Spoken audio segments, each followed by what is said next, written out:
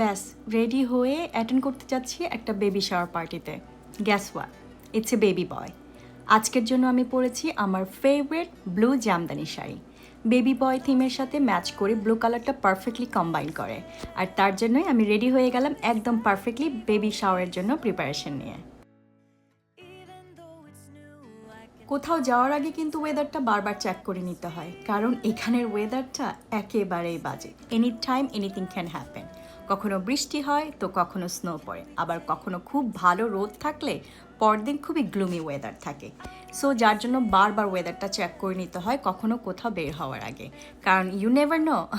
Preparation নিয়ে রাখাই ভালো।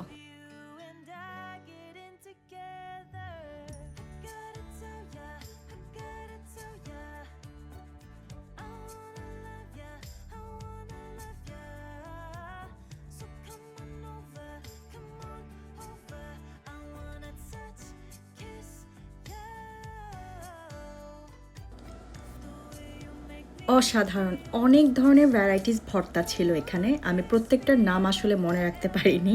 এখানে আরও ছিল চিংড়ি দিয়ে স্কোয়াশ, শোল মাছ, গরুর মাংস, রোস্টেড চিকেন, কাবাব, ডিম আর খিচুড়ি। এত অসাধারণ কম্বিনেশনের সব কিছু মায়ের জন্য রেডি করে রাখা দেখে খুবই ভালো লাগছে।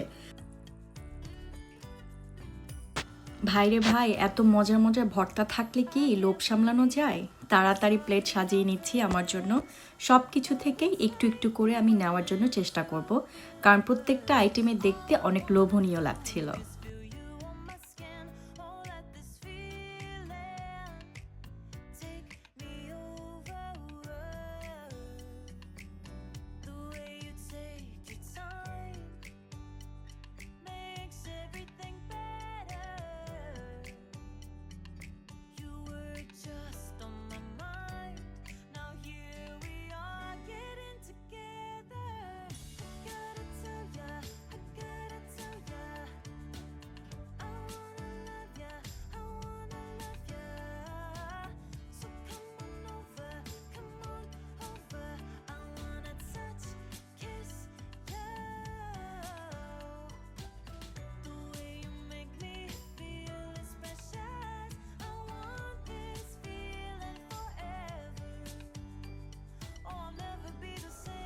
আচ্ছা ভাবেন তো, লাঞ্চের পরে এত কিছু খাওয়ার পরে এই ধরনের ডিজার্ট থাকলে কি সেটা খাওয়া যাবে? কিছু করার নয়, এখানে একটু হলেও মিষ্টিমুখ করতে হয়, আমরা বাঙালি বলে কথা। বাঙালিয়ানায় মিষ্টিমুখ হবে না তা তো নয়। আর এখানে রয়েছে মজাদার কেক, পুডিং আর দই। এত সুন্দর ডেকোরেটেড কেকটা দেখে আর কারো কি লোভ সামলানো যায়? যদিও আমি মিষ্টি খুব কম পছন্দ করি, আমি মিষ্টি খাওয়াতে পছন্দ করি কিন্তু খেতে খুব কম পছন্দ করি, তাই একটুখানি মুখে নিয়েছিলাম, কারণ যেহেতু এটা বেবি শাওয়ারের কেক, না খেলে তো আর হয় না।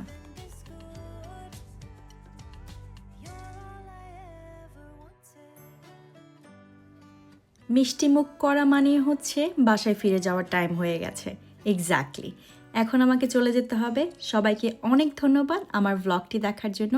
নেক্সট ভিডিও দেখার আমন্ত্রণ জানিয়ে এখানেই বিদায়। আল্লাহ হাফেজ।